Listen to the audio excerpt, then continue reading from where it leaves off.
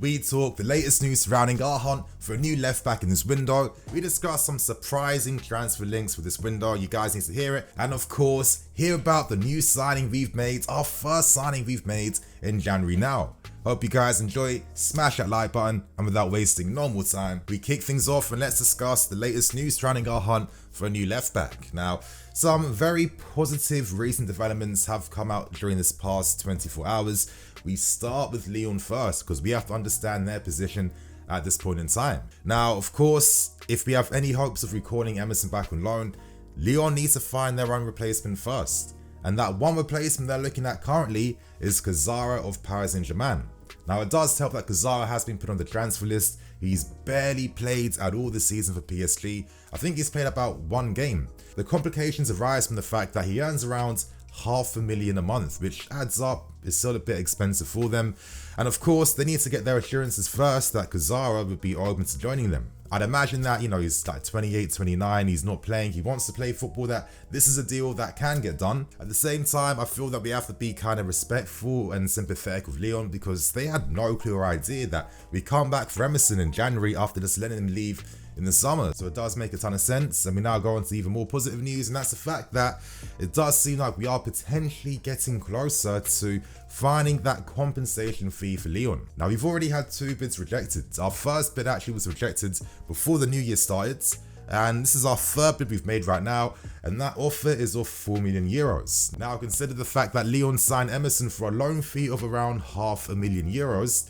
To earn like nearly 8 times that amount, that's not too bad, especially when you can use that compensation money and put that into signing Kazara on loan or getting another left back. So hopefully this is one of those like typical Marina merry-go-round deals where all parties do benefit from this, and we can get Emerson soon because reports have stated that the club want to finalise a new left back by the start of next week. And with the games we have coming up soon, I definitely feel like we need to bring someone in very soon. However, you guys, in football, you can't put your eggs in one basket. You need to have those contingency plans as well too. And the 2 plans we're looking at currently is, number 1 as a backup would be Sergio Dest from Barcelona. Now, reports keep saying that Dest prefers to stay at Barca, but sometimes a player's wish doesn't always come true and doesn't come to fruition. If we came in with a good loan fee, and of course persuaded Dest to sign for us, I still feel like we could get this deal done if we really try to hammer a deal down for him. However, another option being discussed yet again is young Ian Maatsen from Coventry City. Me personally, you guys know my thoughts and opinions. I feel like it'd be best for him to remain there, come back during pre-season where it's pressure free, where you can work under the manager for a few weeks as well too. And I think that's how it really benefited Trevor Jalibert last pre-season. So that would be my thing. However, there's still a big opportunity here for Maatsen to get more minutes than he expected, to still leave an impression on Tuchel as well too. And after seeing how Liverpool performed for us, I'm definitely open-minded to the possibilities of Ian Maatsen potentially being one of those competition left backs for us during the season, because he is also another player, just like Lewis Hall, that can play in midfield, that can play as a cam, that can play all down that left-hand side as well too. We produce real borders, you guys. So that is the latest news. Hopefully left back gets sorted soon. And now we move on to the next story. But anyway, we discussed one of the surprise stories for today, and that involves a certain Mr. Adama Traore. Now, the story came courtesy of the Football Terrace. Shout out to Terry as well.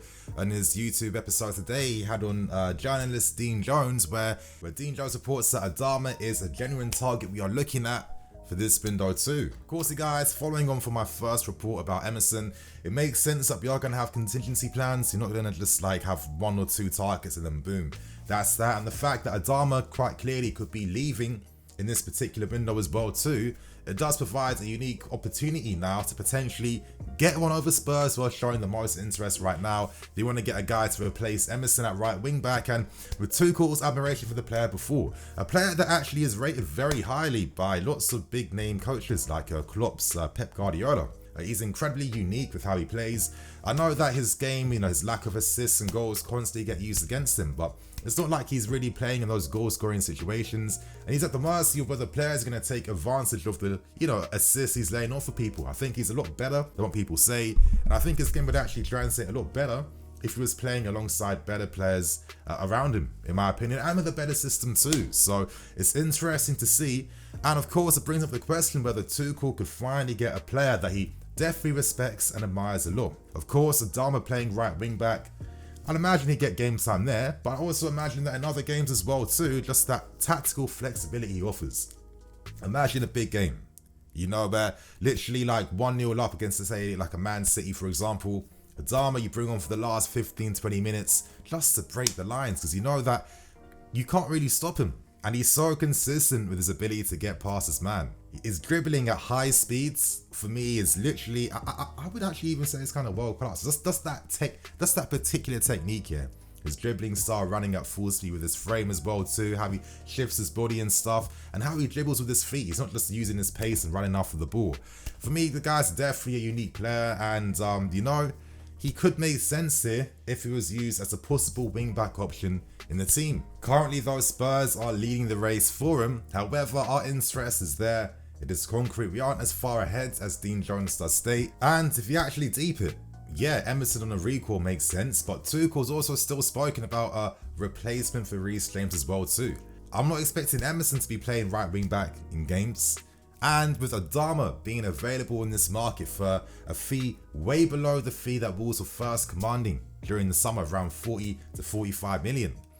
Could this be an opportunity, as I'm saying, to get one over Spurs and sign a player for a very good fee and price, which could be a very impactful signing for us during the later half of this season? So it's interesting, you guys. Could we potentially be looking at 2 wing-backs for signing during this window?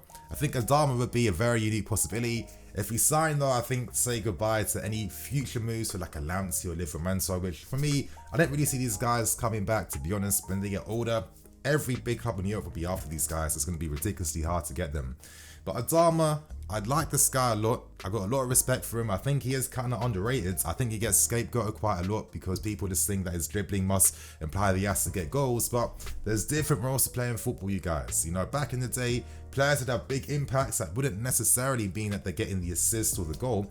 There's things like pre-assists. There's things like how you create space for your teammates. It's a team game. And I definitely think that Adama creates a lot of possibilities for a team like us, which you could definitely benefit from, especially if we're freeing up that flank for this guy. Yo, let's see what happens, you guys. Of course, we looked at Dest before. That doesn't get done. I guess Adama would be a lot easier knowing that already Spurs are in negotiations for him, meaning that you can actually sign this guy if you come with the money.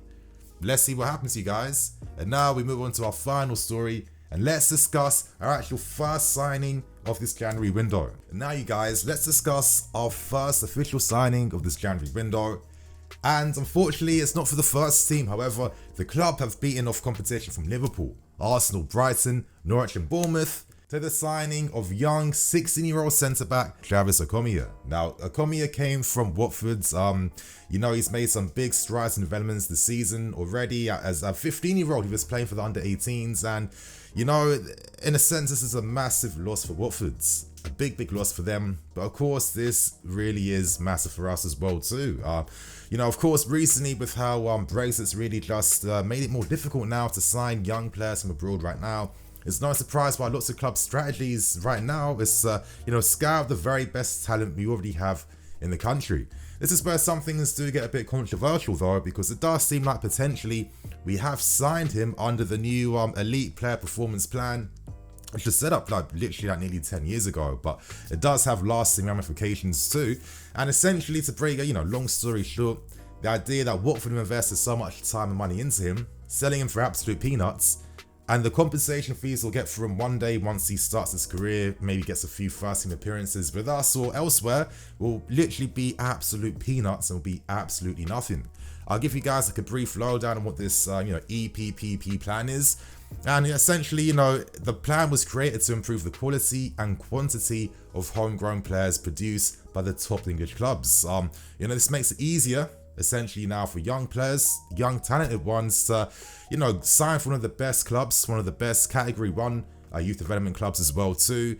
And you know, that is literally assessed by like a hierarchy tier system which determines who's going to be Category 1, 2, etc, etc. This allows us to sign a player for a fixed fee, and of course that fixed fee does fluctuate and does evolve as the years do go on. However, you know, even in the best case scenario, let's say Watford only pocketing home 1.3 mil, but consider the fact that, you know, once he signs his first professional contract with us, if he makes it here, or if he plays elsewhere, we're guaranteed to earn from loan fees, we're guaranteed to potentially earn from a future sale possibly. I'm not trying to write this guy off, I'm just talking about how this business can work from a realistic perspective, you guys. And you know, we know how many millions we earn just from loaning players out and potentially selling them one day. We've seen the money we've made from your Tomoris, your guys, that's like nearly 50 million made from 2 defenders. So, you know, it's definitely controversial. It's no surprise why a few clubs have tried to, you know, change their academy status. You have recently Brentford as well, going from leaving the system, having a B team, having a C team.